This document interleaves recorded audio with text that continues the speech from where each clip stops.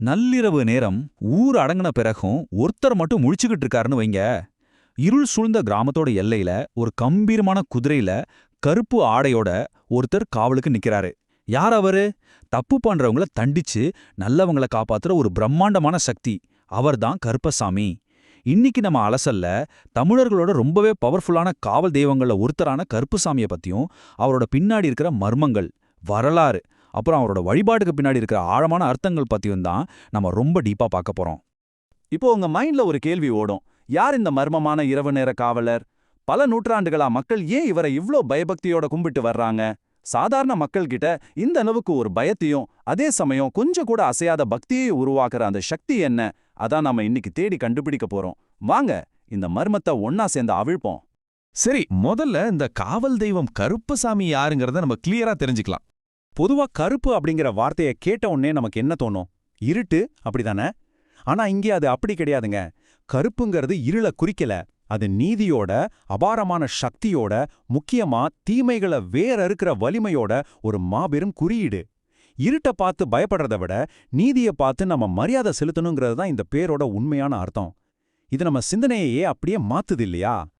இவரோட காவல் எல்லைகள் பொதுவா எங்க அமைஞ்சிருக்குன்னு என்னைக்காவது நோட் பண்ணிருக்கீங்களா? கரெக்ட். கிராமத்தோட எல்லைகள், அடர்ந்த காட்டுப்பகுதிகள், அப்புறம் மலை பிரதேசங்கள்ல தான் இவர் இருப்பாரு.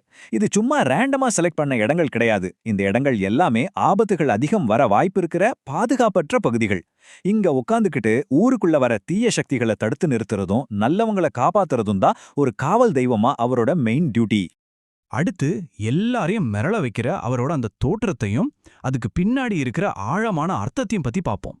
கருப்பசாமி சிலையையோ இல்ல உருவப்படத்தையோ பார்த்த உடனே நமக்குள் ஒரு விதமான பயம் கலந்த மரியாதை வர்றத தவிர்க்கவே முடியாது. அவரோட ஐடென்டிட்டி என்னன்னு, நல்ல பெரிய முறுக்கிய மீசை, கோபத்துல சிவந்த நம்மளையே ஊடுருவி பாக்குற கண்கள், கையில ஓங்கிப்படி இருக்கிற ஒரு பெரிய வீச்சரிவாள் இல்லனா வாள், ஒரு கம்பீரமான குதிரை வாகனம், அப்புறம் முழுமையான கருப்பாடை. இந்த ஒவ்வொரு விஷயமும் சேர்ந்து எதிரிகளை சும்மா நடுநடுங்க வைக்கிற ஒரு மூர்க்கமான காப்பாளனோட இமேஜை நம்ம கண் முன்னாடியே கொண்டு வருது. சுருக்கமா சொல்லணும்னா அவரு தீமைக்கு எதிரா போராடுற ஒரு வீரன். ஆமாங்க, அவரோட இந்த பயங்கரமான தோற்றம் நல்லவர்களையோ இல்ல அப்பாவி மக்களையோ பயமுறுத்துறதுக்காக கிடையாது. மாறாக தப்பு பண்றவங்களுக்கு ஒரு பெரிய வார்னிங் கொடுக்கறதுக்கும், நல்லவங்களுக்கு நான் இருக்கேன், நீங்க எதை பத்தியும் கவலைப்பட வேண்டாம்னு தைரியம் சொல்றதுக்கும் தான் இந்த ஆக்ரஷமான தோற்றம் பயன்படுத்தப்படுது. இவ்ளோ பவர்ஃபுல்லான இந்த தெய்வம் எப்படி உருவாயிருப்பாரு? இது பத்தின புராண நம்பிக்கைகளையும் கதைகளையும் கொஞ்சம் பார்க்கலாம். அவரோட ஆரிஜின் பத்தி மெயினா 2 கதைகள் இருக்கு. முதல் கதை என்ன சொல்லுதுன்னா, அவர் ஐயனாரோட காவல் வீரன். ஐயனார் நள்ளிரவுல கிராமத்தை சுத்தி வர்றப்ப அவருக்கு துணையா கருப்புசாமியும் குதிரையில போவாருன்னு கிராமப்புற மக்கள் ஸ்ட்ராங்கா நம்புறாங்க. 2வது கதை இந்து புராணங்களோட சம்பந்தப்பட்டது. அதாவது நீதியை நிலைநாட்டவும் தீய சக்திகளை அழிக்கவும் மகாவிஷ்ணுவே கருப்பசாமியா அவதாரம் எடுத்தார்னு சில கதைகள் சொல்லுது. நாம இதுல எந்த ஒரு கதையும் சரின்னு சொல்ல வரல. ஆனா அந்த 2 கதைகளுமே அவர் நீதியோட காவலர் அப்படிங்கறத ஒட்டுமொத்தமா கன்ஃபார்ம் பண்ணுது. கதைகளை தாண்டி நிஜ வாழ்க்கையில மக்கள் அவர்கிட்ட காட்டுற பயம், அவர் வழங்குற நீதி, இத பத்தி பேசாம இருக்கவே முடியாது. சுருக்கமா சொல்லப்போனா அவர்தான் கிராமத்தோட சுப்ரீம் கோர்ட். ஒரு சமூக ரீதியான நீதிபதியா அவர் இன்னைக்கும் எப்படி செயல்பட்டு வர்றாருங்கிறது உண்மையிலே ஆச்சரியமான விஷயம். இன்னைக்கும் பல கிராமங்கள்ல ஒரு பிரச்சனைனா போலீஸ் ஸ்டேஷனுக்கோ கோர்ட்டுக்கோ போறதை விட மக்கள் கருப்பசாமி கோவிலை தான் அதிகமா நம்புறாங்க. அங்க போய் சத்தியம் செய்யறது, காணாம போன பொருளையோ இல்ல திருட்டையோ கண்டுபிடிக்கிறது, வருஷக்கணக்கா தீர்க்க முடியாத குடும்ப பிரச்சனைகளை பேசி தீர்க்கிறது, இப்படி எல்லாமே அவரோட சன்னதியில தான் நடக்குது. கோர்ட் எல்லாம் இல்லாத அந்த காலத்துல இருந்து இன்னைக்கு வரைக்கும் அவர்தான் கிராம மக்களுக்கு உச்சநீதிமன்றம். கருப்பசாமி வழிபாட்டுல ஒரு ரொம்ப ஸ்ட்ரிக்டான ரூல் ஒன்னு இருக்குங்க. கருப்பசாமி முன்னாடி ஒருபோதும் பொய் சொல்லக்கூடாது.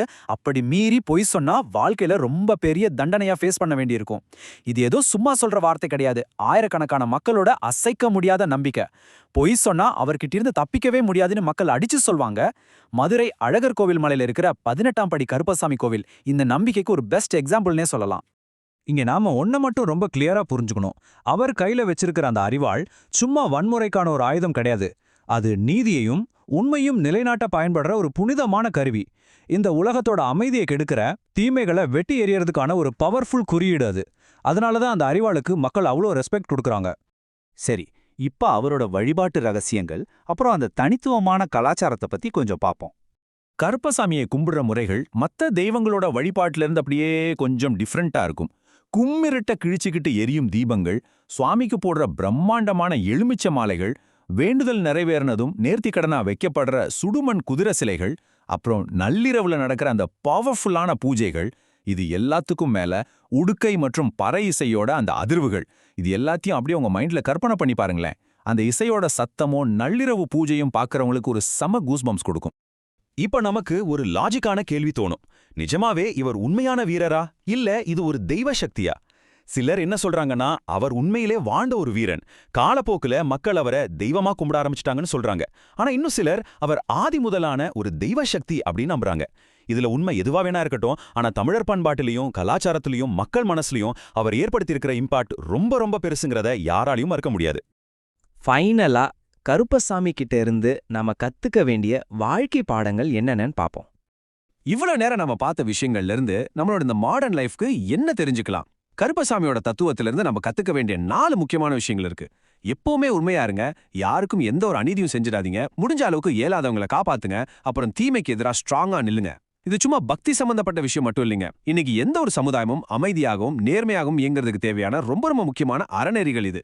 இந்த நல்ல விஷயங்களை தான் கருப்பசாமி அப்படிங்கிற பிம்பம் நமக்கு சொல்லிக் கொடுக்குது.